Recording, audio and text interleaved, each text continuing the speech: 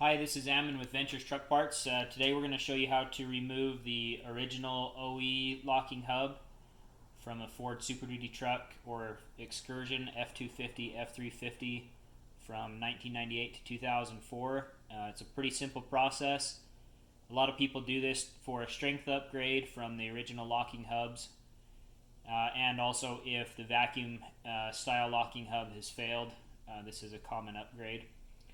To start off, we're going to talk about the different pieces that are associated with doing this. This is your locking hub here, from the wheel hub out, this piece with your dial to engage your four-wheel drive. You don't have to take your wheel and tire or brakes off. We've done this just so that you can see everything well in the vise.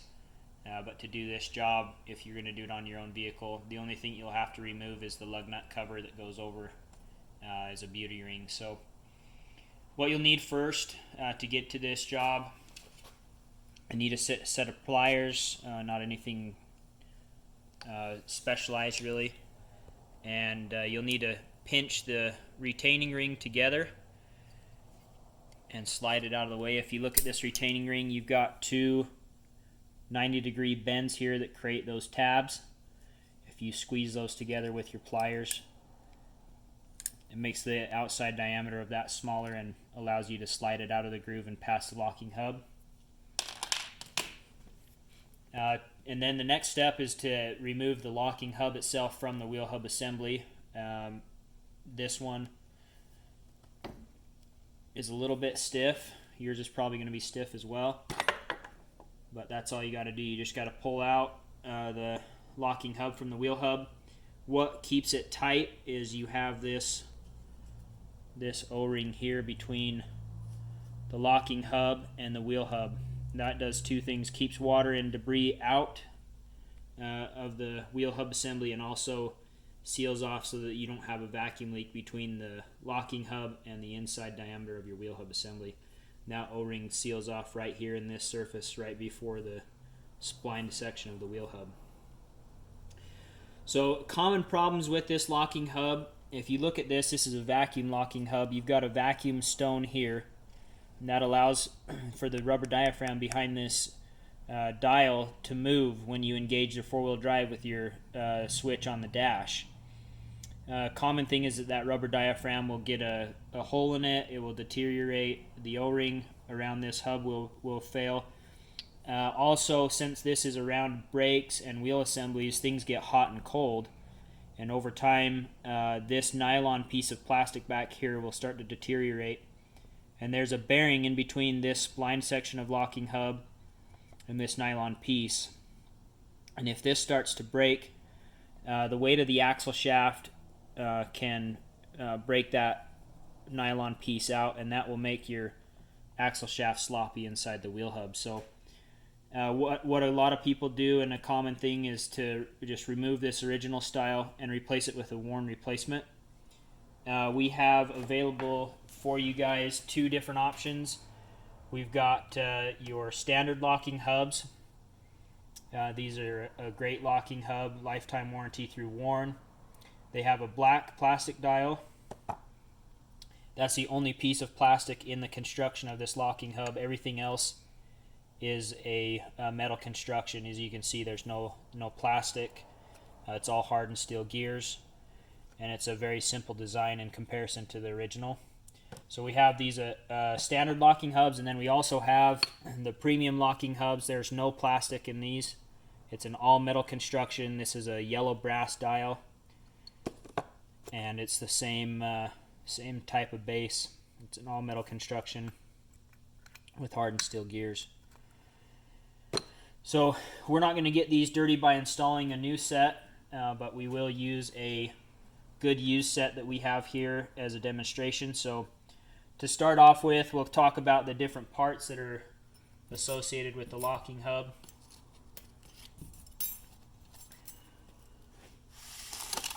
So for the locking hub, we have the following parts. You're going to have your dial and cap, and then you're going to have your internal plug that will have your hardened steel gears. So this is the piece that we're going to install first. Nothing in the wheel hub after you've taken your original locking hub will have to be changed or modified. This is a direct bolt in. So we'll take this piece and we'll install it first into the wheel hub.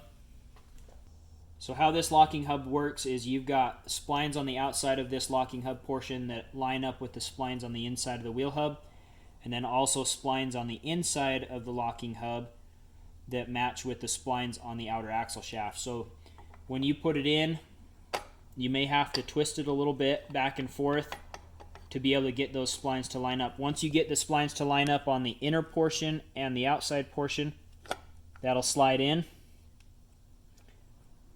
And then the next piece that we'll need to install is going to be the retaining ring. This is going to be a spiral style. You can kind of see if I spread it apart how it works there, but you start one edge in the groove where the original retaining ring was.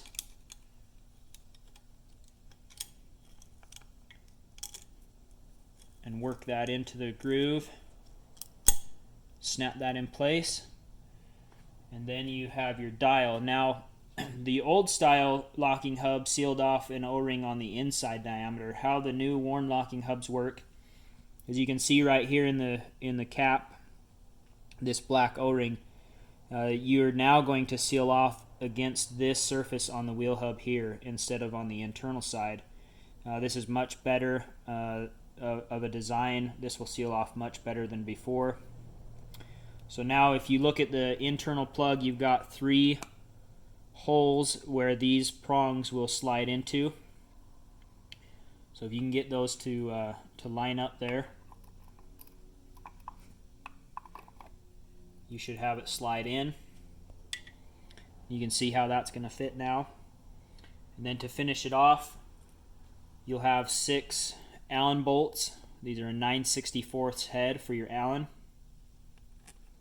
Once you get that started, tighten that down with your Allen wrench, and there will be 6 of those. Get those tight, and then to check it for the video, we're just going to do 1 so that we can show you how it works.